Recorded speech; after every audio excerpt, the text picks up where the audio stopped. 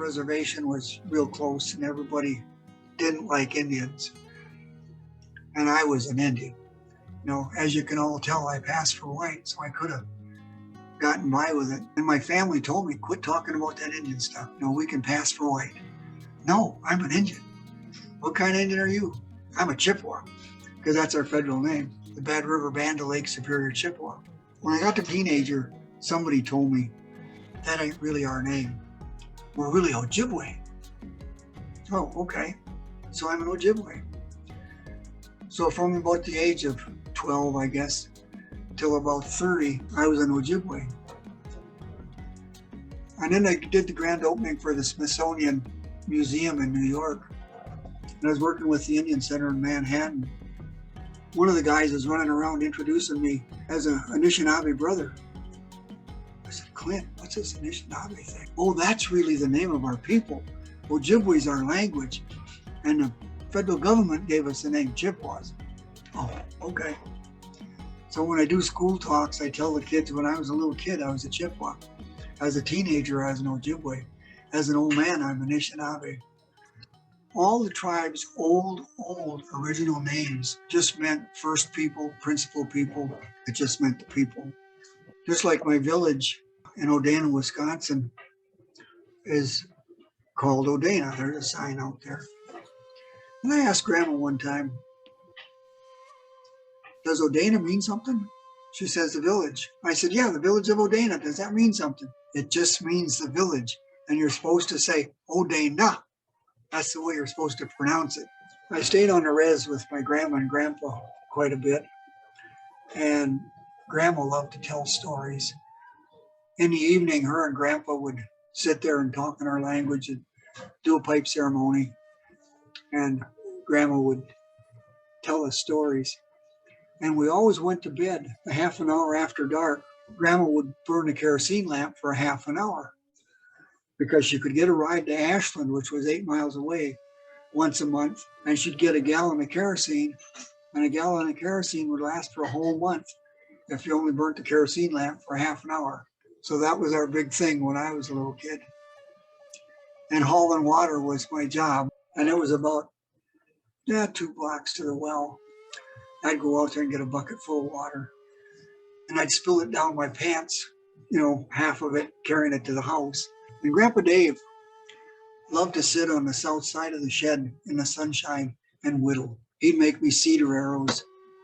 And I'd pretend I was shooting a rabbit or something. I'd lose my arrow and I'd cry and I'd go to Grandpa. Oh, my son, I'll make you another arrow. And he'd sit there and whittle me another arrow. But one time he was working on this great big piece of cedar. Grandpa, what you making? Oh, my son, you'll see later. And he kept working on it. Finally, he went and got a couple little willow branches and a couple pieces of rope and tied them on the ends of it.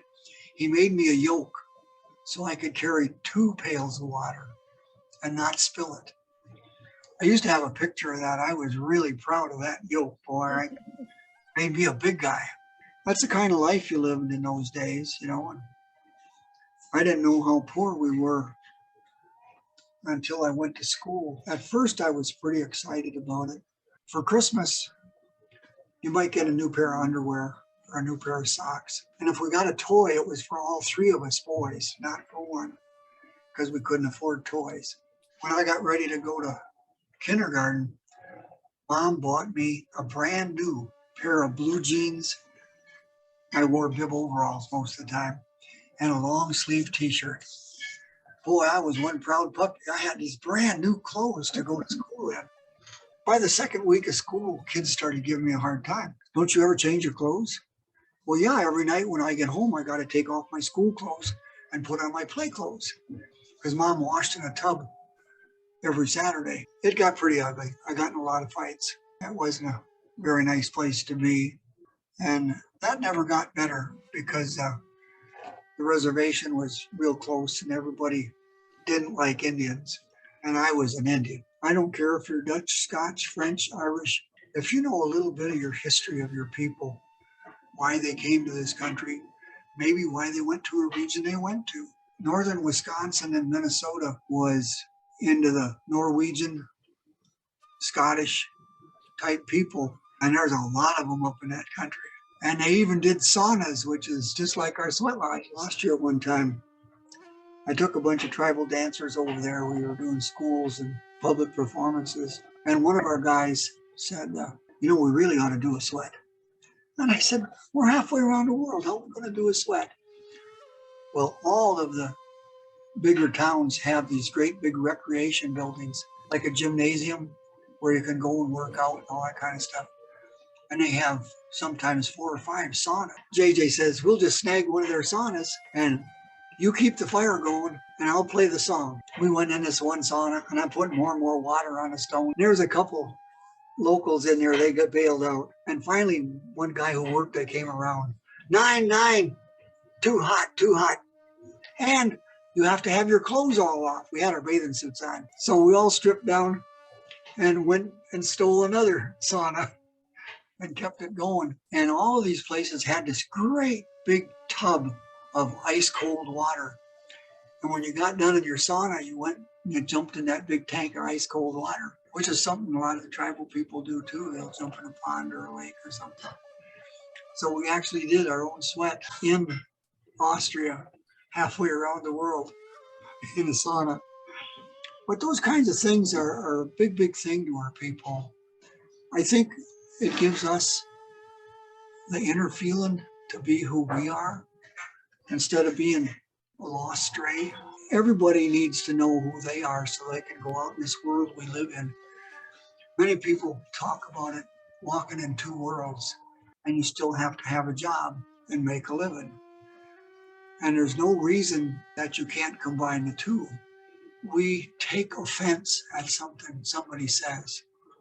Like maybe for our tribal people, maybe some of them don't like being called an Indian or a Wahoo. I worked for United Airlines for 37 years, and I was nicknamed the Wahoo in Chicago in 1960. And I was a Wahoo everywhere that I worked in the United States. Hey, where's the Wahoo? He can do this. And I told people, and I believe it, I don't care what you call me, just don't call me late for dinner. And I really think that's kind of important. Our tribal people, that everything has a spirit. All we have is animate and inanimate objects. Rocks have a spirit, grass has a spirit. And when you use these sacred items, because everything on Mother Earth is sacred, you should say thank you.